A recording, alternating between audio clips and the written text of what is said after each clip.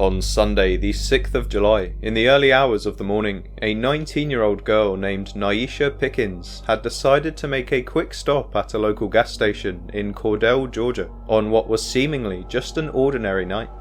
But at some point after 2 a.m, Nyeasha was captured walking out of the Enmarket convenience store and hasn't been seen again since. At first, her loved ones thought she might have just gone to cool off or get some space. After all, she was young and independent, but when days passed with no word and her phone went silent, concern quickly turned to fear. After being reported missing, the police began reviewing surveillance footage, aerial searches were conducted, and canine units were also deployed. However, despite their efforts, no clear answers emerged. There were no confirmed sightings, no signs of a struggle, just a young woman who had disappeared without a trace. So, given that she has now been missing for over 2 weeks, her family have been left reeling as they continue to ask the same haunting question. What really happened to Nyeasha Pickens? And if she didn't leave on her own, then who could be responsible?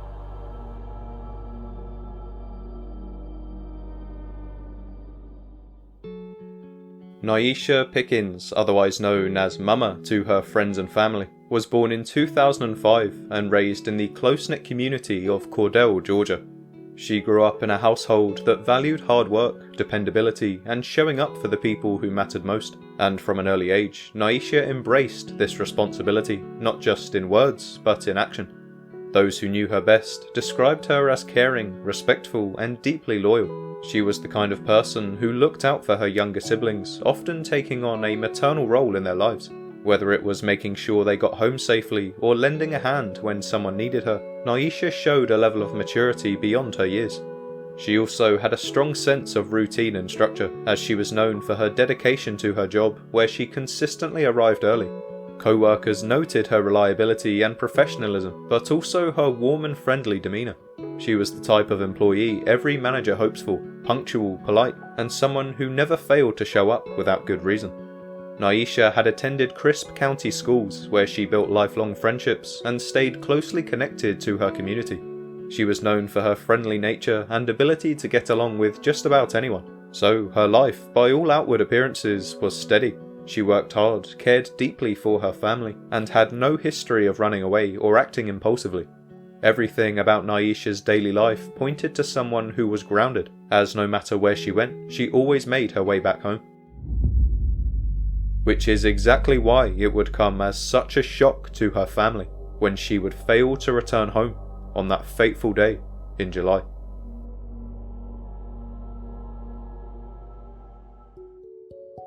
On Saturday the 5th of July, the 19-year-old had been spending the afternoon with her family as she did most weekends, but as the day came to a close, she agreed to drive her younger sister home before heading to the Enmarket gas station on 402 South 7th Street in Cordele, Georgia.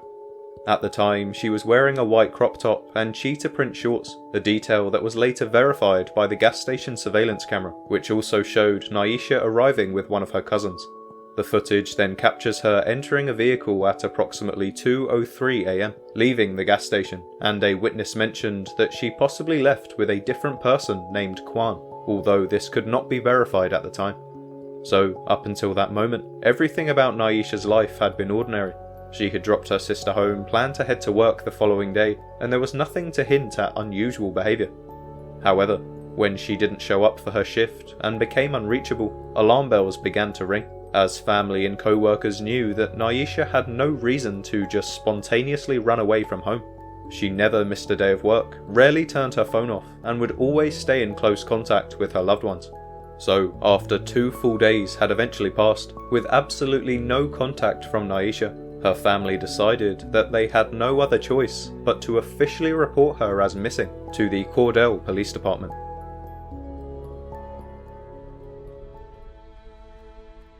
On Monday the 7th of July, around 2 days after 19-year-old Nyeasha Pickens was last seen outside the Enmarket gas station, the Cordele Police Department would receive a call from her family as they expressed deep concerns that the missing teenager could be in danger.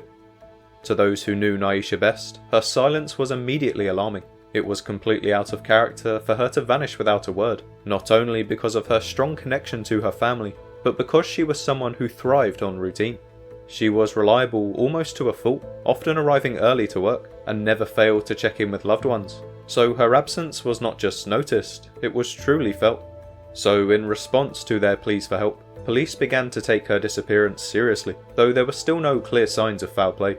As with many missing adult cases, there was a moment of cautious optimism, as police hypothesized whether she just needed time away or had simply gone off with a friend. But those closest to her insisted that Nyeasha wouldn't just disappear, as she had no history of running away and no reason to just vanish without a trace. But still, the first few days saw very little progress. With no phone activity, no social media updates, and no one claiming to have seen or heard from her, the investigation struggled to gain immediate traction. Complicating matters further, surveillance footage from the Enmarket, which showed Nyeasha entering a vehicle shortly after 2 AM, was obtained by investigators but withheld from the public, citing the presence of potentially sensitive information that could be critical to the case. But even without that footage being released, police were able to confirm that the person seen leaving in the vehicle was indeed Nyeasha. However, they did not release any details about the vehicle, its driver, or where they may have gone. So as concern grew, multiple agencies joined the effort, including the Crisp County Sheriff's Office, Turner County deputies, and the Georgia Bureau of Investigation. Search crews combed wooded areas, drainage ditches, and the outskirts of Lake Blackshear, but still, there was no sign of Nyeasha. So it was at this point that family and friends took to social media and local news outlets, pleading with the public to help bring her home. Her loved ones spoke candidly about their rising fears, describing the sleepless nights, unanswered questions, and deepening sense of dread. One friend, tearfully speaking to reporters, simply said, "She would never do this. She always comes home." But as the days wore on, that reality became harder to ignore, as the question shifted from "where is she" to "what happened to her?" But without any clear leads, and with questions still remaining unanswered, critical time was quickly running out. However, just when it seemed that the case might be stalling, investigators uncovered something else in the surveillance footage, something that could potentially change the entire direction of the case.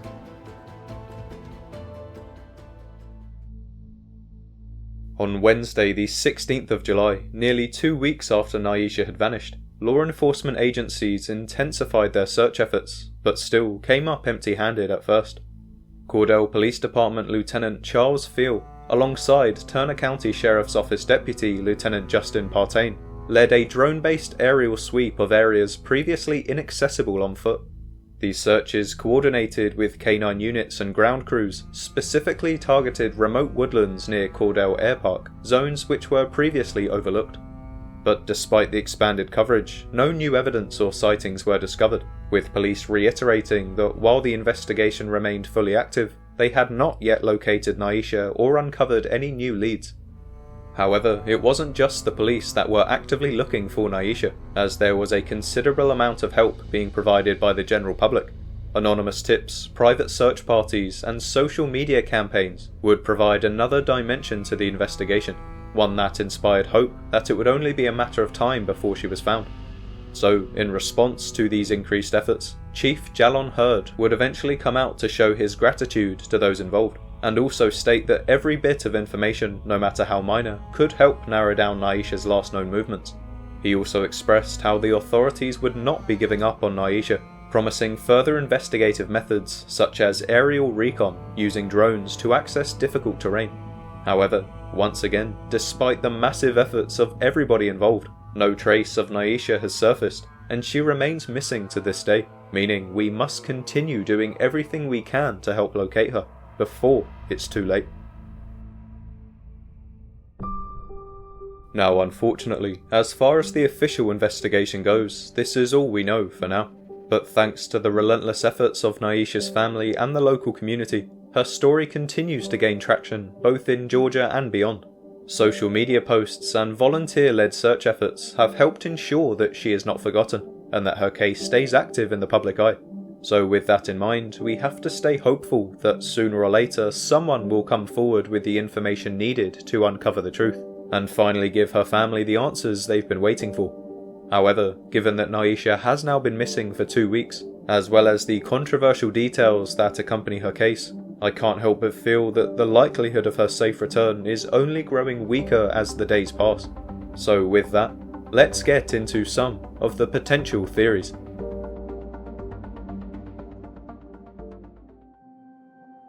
Now, if you're familiar with my channel, then you'll know that this is the part of the video where I begin exploring a few theories about what could have happened to the missing person. Not to speculate recklessly, but to shed light on possible scenarios that might help generate new attention or leads in the case. But I also understand how distressing these discussions can be, especially for friends or loved ones of the victim. So I'll do my best to handle these theories as sensitively and respectfully as possible, without diving into the unnecessary details. So with that being said, one theory that has been widely discussed by those following Nyeasha's case, and even subtly echoed by her own family, is the possibility that she was lured or coerced into a dangerous situation by someone she knew and trusted. Now, this theory doesn't necessarily suggest that Nyeasha was aware she was in danger. In fact, the belief is quite the opposite, that whatever happened to her that night might have begun with a sense of familiarity or comfort. According to police and family reports, Nyeasha had just dropped her younger sister off at home and then went to the Enmarket gas station with a cousin. Surveillance footage later confirmed that she got into a vehicle around 2:03 AM, a moment that appears to be calm and non-confrontational, at least from what we've been told. No signs of a struggle and no panic. For a lot of people, this small detail that she entered the vehicle willingly suggests that she either knew the driver or wasn't alarmed by their presence. And this is important because those closest to Nyeasha insist that she wasn't the type of person to randomly leave with a stranger, especially in the middle of the night. She was known for being responsible, reliable, and level-headed. So if she did get into a car with someone voluntarily, it makes sense that it might have been someone she trusted, or at the very least, someone she didn't feel threatened by.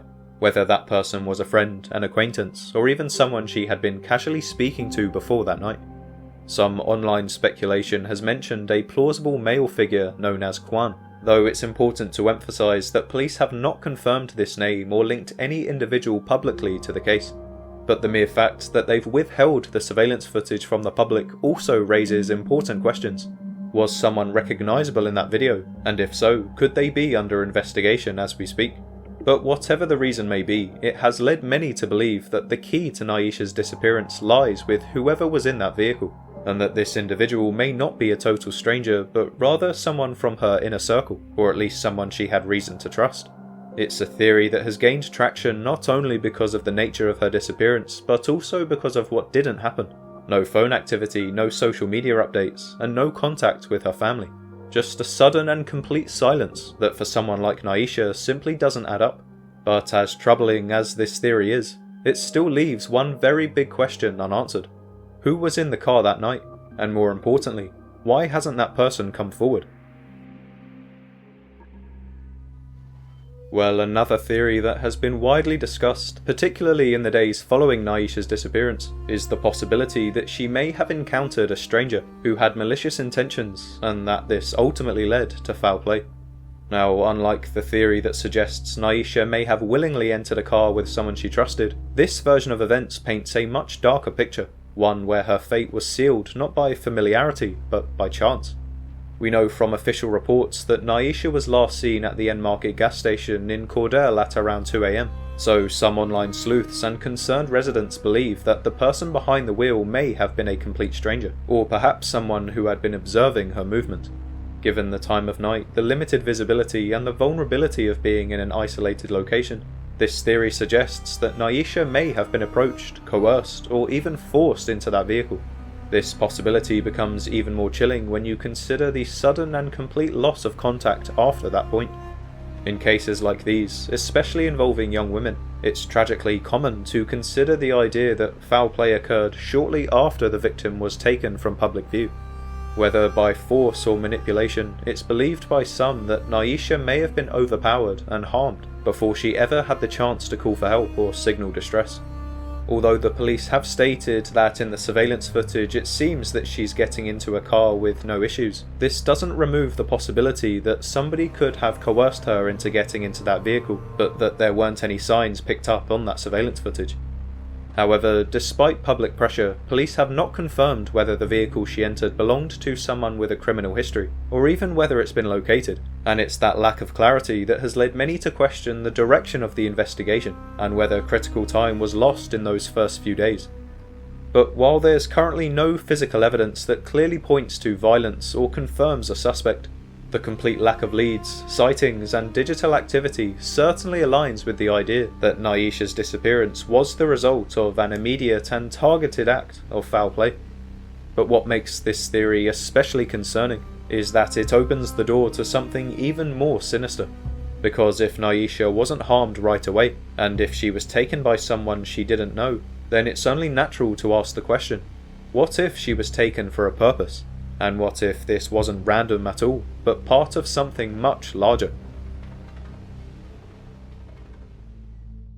Well, as difficult as it is to consider, another theory that has been raised by those following Nyeasha's disappearance is the possibility that she may have fallen victim to human trafficking, an issue that tragically affects thousands of women across the United States every year, including in Georgia.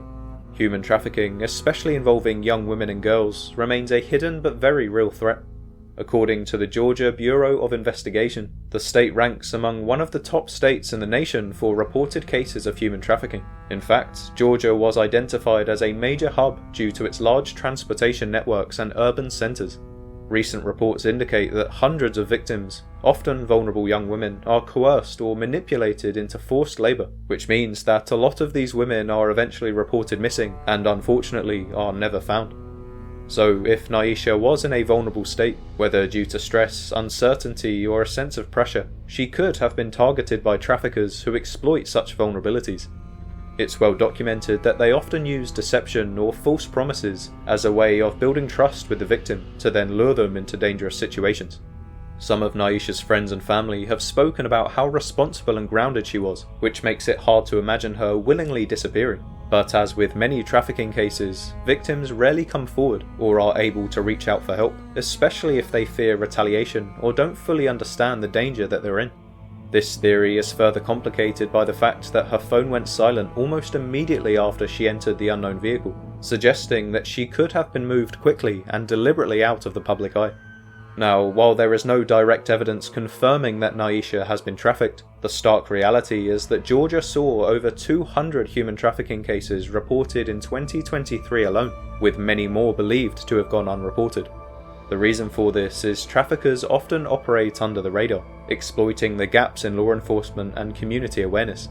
So because of this, advocates emphasize the importance of increased police vigilance and community outreach, hoping to catch signs early and intervene before it's too late.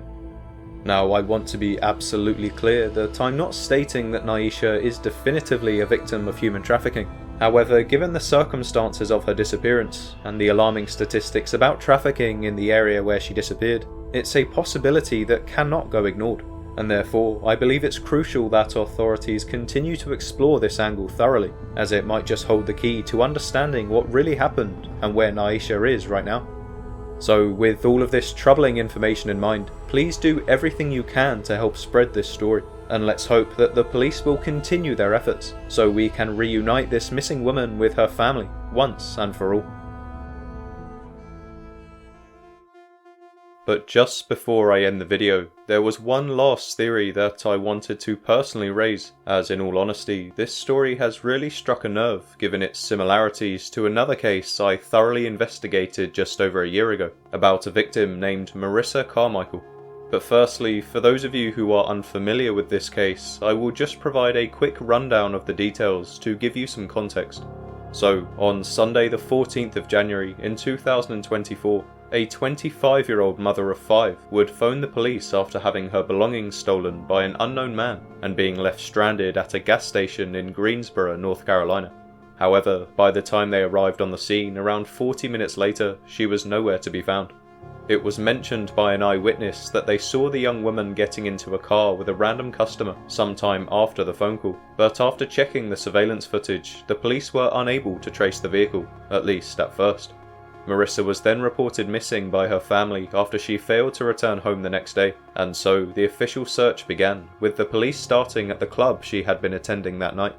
However, after 18 months of investigation, the young mother of 5 still remains missing to this day, despite the fact that witnesses have since come forward to claim that they may have seen her outside an apartment complex, which has been heavily associated with drug abuse and escort services. So based on these details, it is heavily argued online that Marissa Carmichael was more than likely a victim of human trafficking, especially given the fact that she was captured on surveillance footage getting into a car with an unknown man. But despite uncovering these terrifying details, we are unfortunately still awaiting a verdict from the police on what really happened that day, which feels hauntingly familiar when you compare this case to the disappearance of Nyeasha Pickens, as there are some glaring similarities that, in my opinion, are certainly worth exploring. Firstly, both Marissa Carmichael and Nyeasha Pickens were both young black women who had strong relationships with their families, were known to be nurturing, dependable, and deeply rooted in their communities. Nyeasha was affectionately nicknamed Mama by friends and family, while Marissa was a proud mother of 5, described by loved ones as the kind of woman who would never leave her children behind without a word. But the detail that sticks out to me, and it's one I just can't shake, is that both women were last seen at gas stations late at night, getting into unknown vehicles, only to vanish without a trace. In Nyeasha's case, surveillance footage from an Enmarket gas station in Cordele, Georgia, shows her getting into a car around 2:03 AM, which is her last confirmed sighting. And in Marissa's case, she was last seen at an Exxon gas station in Greensboro, North Carolina, around 3:40 AM. So, just like Nyeasha, she too was captured on surveillance cameras getting into a vehicle before she would mysteriously disappear. However, the similarities don't stop there, as in both cases, police have been frustratingly vague, as neither department has released the full surveillance footage. In Marissa's case, the man she was seen entering the car with was later identified but not charged. He was simply labelled as a witness. And in Nyeasha's case, it's still unclear whether the driver she left with has even been located or interviewed. Authorities have remained tight-lipped on key details, which has only deepened the family's suspicions that more could be done. And then, of course, we have to confront the uncomfortable but necessary question of racial bias. Would either of these cases have received more urgency if the victims had looked different? In Marissa's case, her mother has spoken out about how long it took to even get local media to care, whereas in Nyeasha's case it took over a week before major networks even acknowledged her disappearance, despite the existence of surveillance footage and despite the fact that she vanished from a public location. So when you place these cases side by side, it becomes painfully clear that these are not isolated incidents.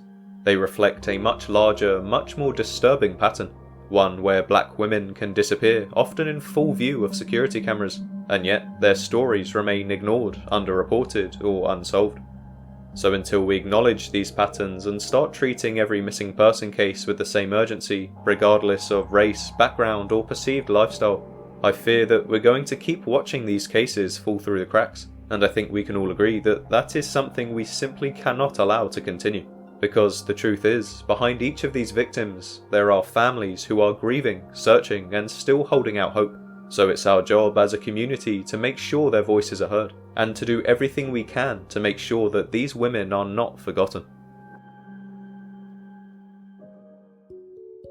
Anyway, on that note, I think I'll leave this video here. But as always, if you have any other theories of your own which you think may help explain what really happened to Nyeasha Pickens, then please leave your ideas in the comments down below and I'll do my best to get back to you.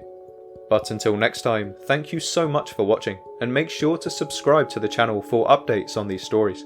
Also, if you found this video interesting, feel free to check out the playlist on screen now, which covers the many other cases of young women who continue to disappear across America, never to be seen alive again.